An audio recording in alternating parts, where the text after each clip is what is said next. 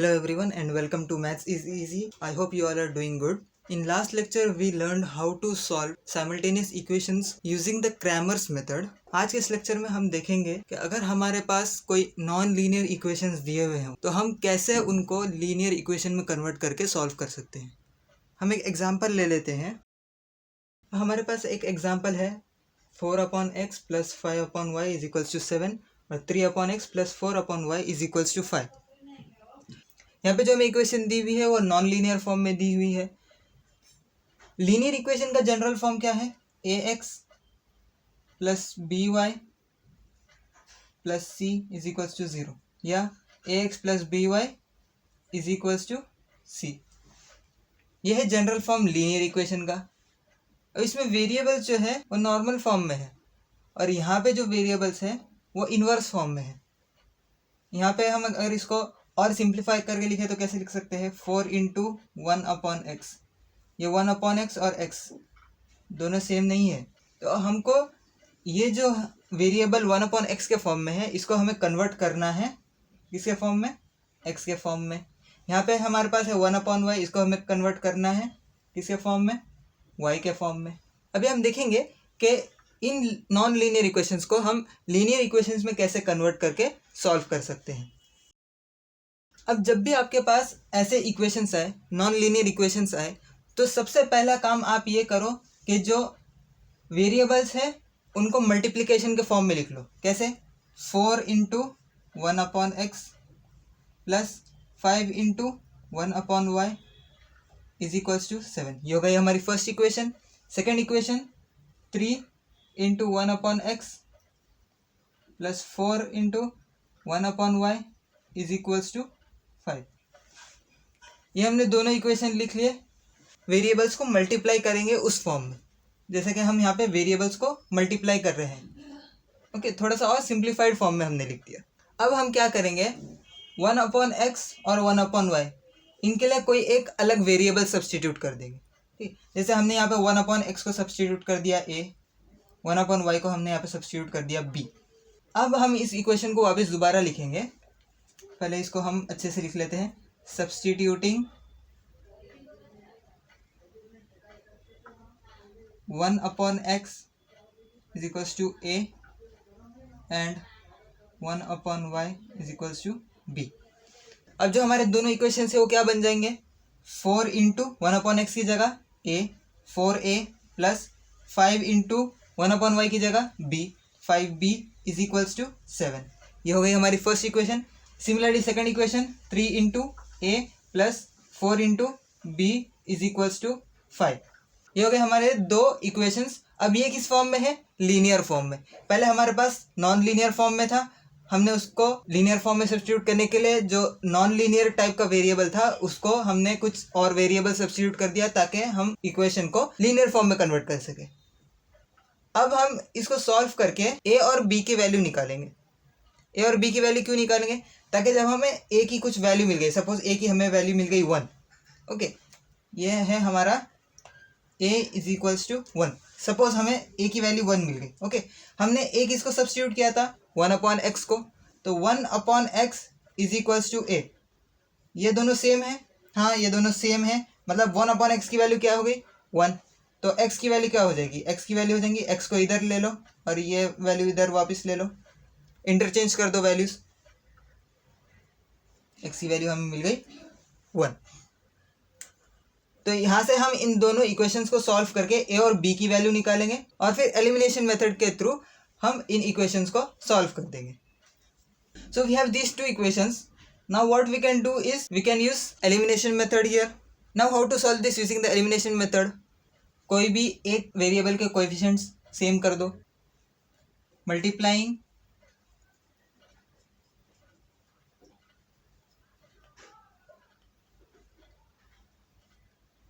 Equation, इसको हम मान लेते हैं 3। ये इक्वेशन हमारी है 1, ये इक्वेशन हमारी है 2, इसको हमने मान लिया 3, इसको हम मान लेते हैं 4। मल्टीप्लाइंग इक्वेशन 3 बाय, इससे मल्टीप्लाई करें। अभी इसमें हम या तो a को सेम कर सकते हैं या तो b को सेम कर सकते हैं। ए को सेम कर लेते हैं। तो 4 को 3 से मल्टीप्लाई करते हैं and equation 4/4। Now if you didn't understood this, pay attention to what I will be explaining next. You will be able to understand this easily and you will be able to implement this after my explanation. Here we are multiplying equation 3/3 and equation 4/4. Why we are doing this? Because we have to match the coefficient of any one variable of both the equation. Now if we multiply equation 3/3, what we will get as the result? We will get 12a plus 15b is equals to 21. Here we will get 12a plus 16b is equals to 20. Here the coefficients of a are same. So when we subtract these two equations, we will get the value of b. अब एक चीज आप ध्यान में रखिए, अगर आपको कोई एक वेरिएबल का कोएफिशिएंट दोनों इक्वेशन में मैच कराना है, दोनों इक्वेशन में आपको सेम चाहिए, तो आप क्या करोगे? एक इक्वेशन में जो वेरिएबल का कोएफिशिएंट है वो कोएफिशिएंट आप दूसरे पूरे इक्वेशन से मल्टीप्लाई करा दीजिए, और जो उस इक्वेशन में वो वेरिएबल का कोएफिशिएंट है वो आप पहले इक्वेशन से मल्टीप्लाई करा दीजिए। यहाँ पे हमने वही किया है। थर्ड इक्वेशन में हमारे पास वेरिएबल का इक्वेशन क्या, वेरिएबल का कोएफिशिएंट क्या था? 4 हमने मल्टीप्लाई कर दिया इक्वेशन 4 से। In the fourth equation we had coefficient of a as 3, तो हमने मल्टीप्लाई कर दिया 3 इक्वेशन 3 से। अब हमारे पास कोएफिशिएंट ऑफ ए दोनों इक्वेशन में सेम है, इसको हम सब्ट्रैक्ट कर देते हैं। 12a plus 15b is equals to 21, 12a plus 16b is equals to 20। Subtract कर दिए, a कैंसिल हो गया, 12a minus 12a, 15b minus 16b बचा minus b is equals to 21 minus 20 बचा 1। b की वैल्यू हमें मिल गई -1। Now substitute this value in either equation 3 or equation 4. We will substitute this in equation 4. 3a plus 4 into substitute value of b, that is -1, is equals to 5. 3a plus 4 into -1, -4 is equals to 5. 3a plus minus 4 is equals to 5. Now take the constant terms on one side and keep the variable on one side. You get 3a is equals to 5 plus 4. 3a will be equals to 9. Therefore value of a is 9/3, which is equals to 3. You got the value of a as 3, value of b as -1. Now what are you finding here? You have to find value of x and value of y. Now remember, you have substituted 1 upon x as a and 1 upon y as b. Okay, so we will equate this with the original terms. Now if you remembered, we have substituted 1 by x as a. We have substituted 1 by x as a. The value of a is 3, which means value of 1 by x is also 3. We can say value of 1 by x is 3. What will be the value of x? X will be equals to 1 upon 3. You got the value of x here. Similarly, find the value of y. Now for what we have substituted b, we have substituted b for 1 upon y. So 1 upon y is equals to b, which is equals to -1, which means 1 upon y is also equals to -1. From here we get value of y as -1. Here we got the value of x as 1/3, value of y as -1. So value of x comma y, the coordinates are 1 upon 3 comma -1. I hope you all understood how we have solved this question. We will take one more question, but before that you stop the video and try solving this question yourself. This is the question. यहाँ पे हमारे पास एक और question है।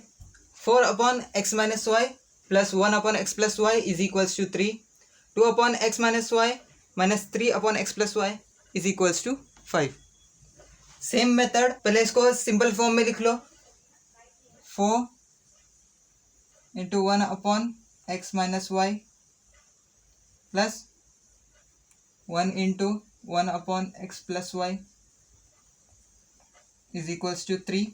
Similarly, 2 into 1 upon x minus y minus 3 into 1 upon x plus y is equals to 5. अब यहाँ पे हमारे पास कितने वेरिएबल हैं? एक 1 अपॉन एक्स माइनस वाई और एक 1 अपॉन एक्स प्लस वाई. यहाँ पे भी वही है, एक वेरिएबल है 1 अपॉन एक्स माइनस वाई और एक वेरिएबल है 1 अपॉन एक्स प्लस वाई.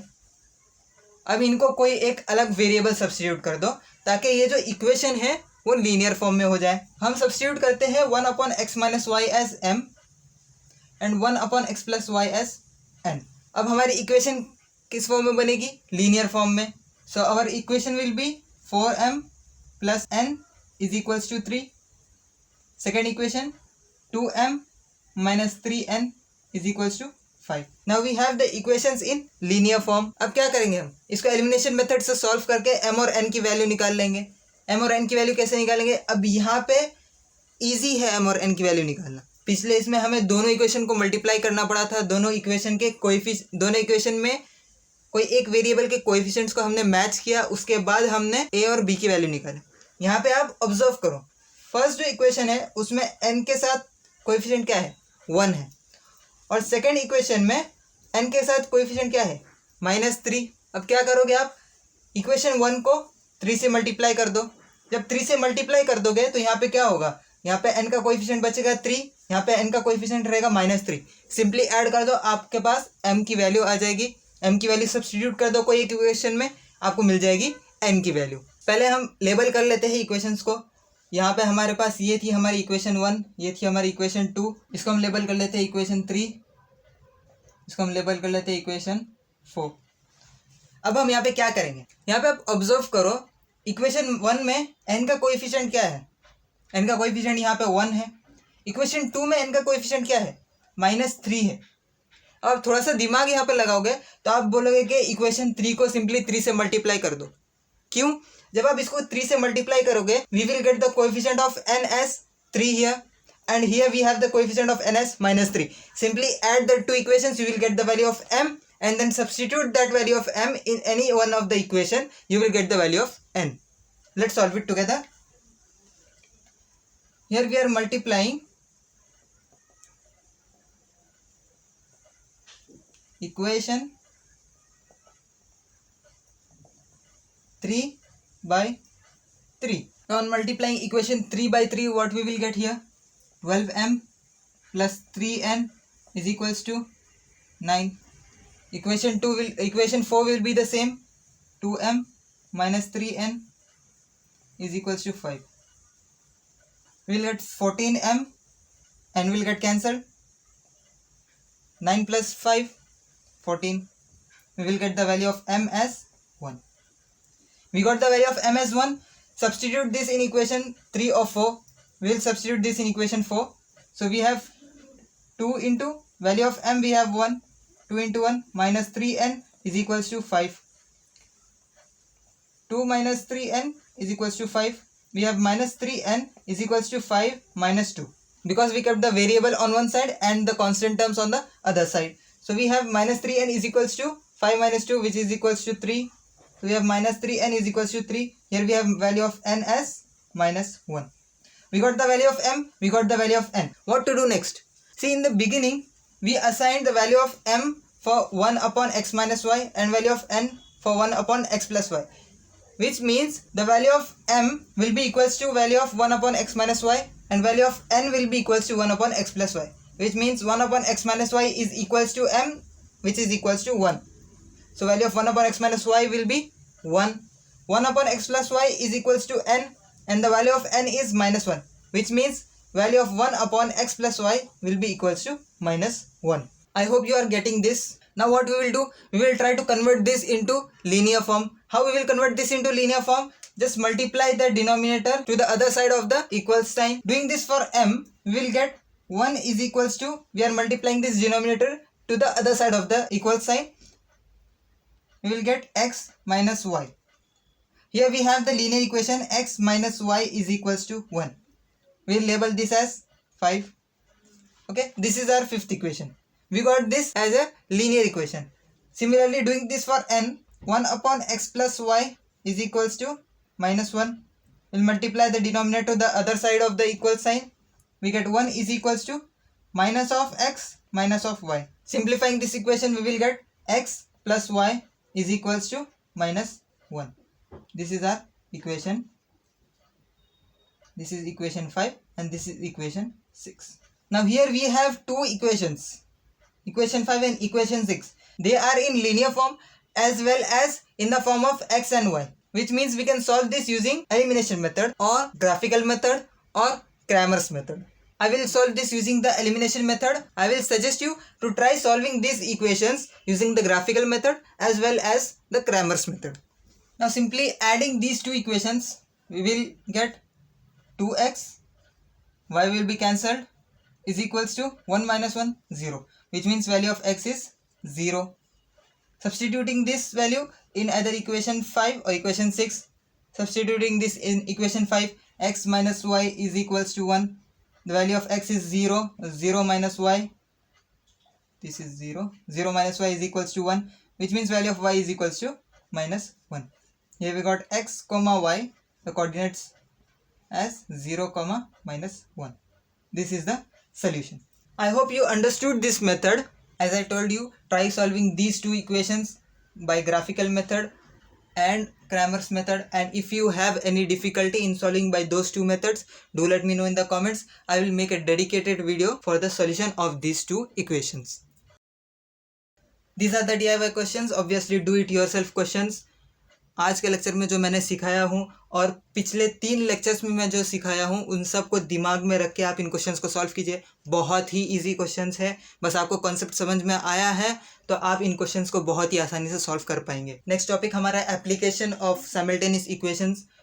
अगर इस लेक्चर में लूँगा तो बहुत लंबा लेक्चर हो जाएगा, इसलिए नेक्स्ट लेक्चर में हम application of simultaneous equations cover करेंगे. इस लेक्चर के लिए हम इतना ही रखेंगे. अगर वीडियो पसंद आई हो, लेक्चर आपको इंटरेस्टिंग लगा हो, इन्फॉर्मेटिव लगा हो, आपने कुछ हासिल किया हो इस लेक्चर में, वीडियो को ज़रूर लाइक कीजिए, चैनल को सब्सक्राइब कीजिए और बेल नोटिफिकेशन को ऑन कर लीजिए ताकि नेक्स्ट जो मैं लेक्चर्स अपलोड करूंगा और जो हम ये पूरी सीरीज़ कवर करने वाले हैं हम साथ में मिलकर ख़त्म करेंगे. आपके 10th स्टैंडर्ड के जितने भी फ्रेंड्स हैं, जितने भी लोगों को आप जानते हो, उनके साथ इस चैनल को शेयर कीजिए ताकि वो भी इन लेक्चर्स का फ़ायदा उठा सके. आज के लेक्चर के लिए इतना ही, मिलते हैं नेक्स्ट लेक्चर में. All the best, take care, bye.